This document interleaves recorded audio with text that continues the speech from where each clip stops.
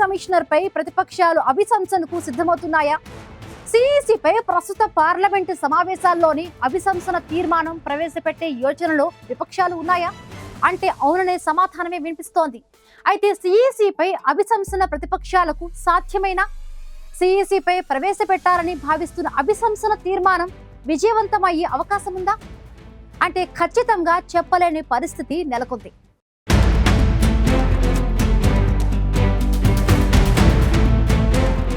కేంద్ర ఎన్నికల సంఘంపై విపక్షాలు సంచలన ఆరోపణలు చేస్తున్నాయి. ఎన్నికల్లో ఓట్ల చోరీ జరిగిందని విపక్ష పార్టీలు పదే పదే ఆరోపిస్తున్నాయి.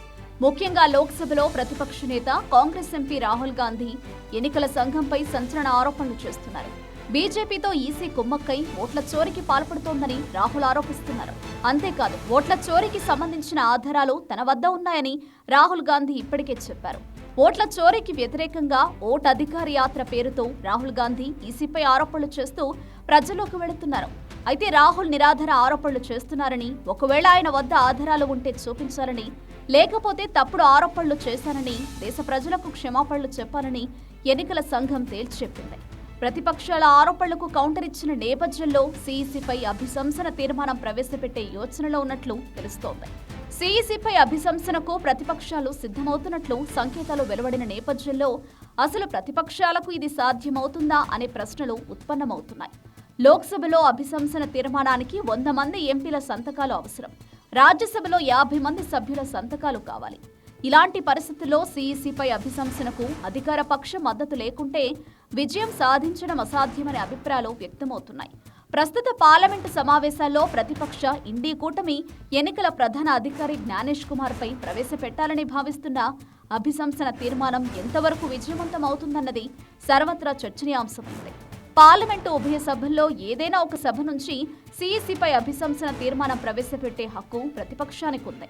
అయితే బలమైన ప్రాతిపదిక చూపకపోతే అభిశంసన తీర్మానం తిరస్కారానికి గురయ్యే ప్రమాదం ఉంది.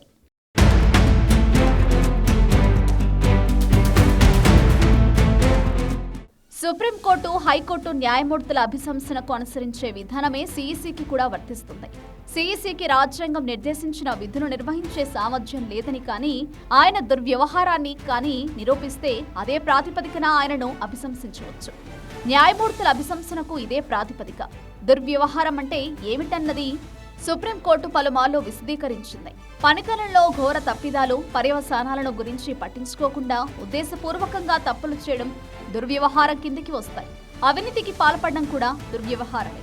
విధులు నిర్వహించే సామర్థ్యం లేకపోవడం అంటే సంస్థకు సంబంధించిన బాధ్యతల్ని పూర్తి చేసేందుకు అవసరమైన శారీరక, మానసిక సామర్థ్యం లేకపోవడం. ఈ ప్రాతిపదికన ఒక న్యాయమూర్తిని గాని సిఈసిని అభిశంసించవచ్చు.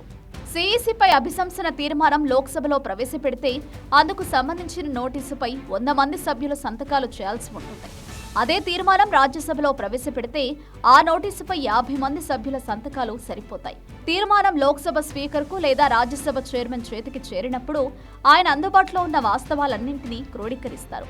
అభిశంసన తీర్మానాన్ని ఆమోదించాలా వద్దా అన్న అంశంపై న్యాయ సలహా పొందుతారు. ఆ తర్వాతే స్పీకర్ లేదా రాజ్యసభ చైర్మన్ నిర్ణయం తీసుకుంటారు. ఆ స్థాయిలో స్పీకర్ లేదా చైర్మన్ తీర్మానాన్ని తిరస్కరిస్తే అంతటితో అభిశంసన పర్వం ముగుస్తుంది. దానిపై తదుపరి చర్యలేవి తీసుకునే వీలుండదు. స్వతంత్ర భారత చరిత్రలో ఇప్పటి వరకు ఏ ఒక్క సిఈసిని అభిశంసించలేదు. సిఈసిపై అభిశంసనకు ప్రతిపక్షం బలమైన ప్రాతిపదికను చూపాలి. లేకుంటే తీర్మానం నోటీసు స్థాయిలోనే తిరస్కారానికి గురవుతుంది.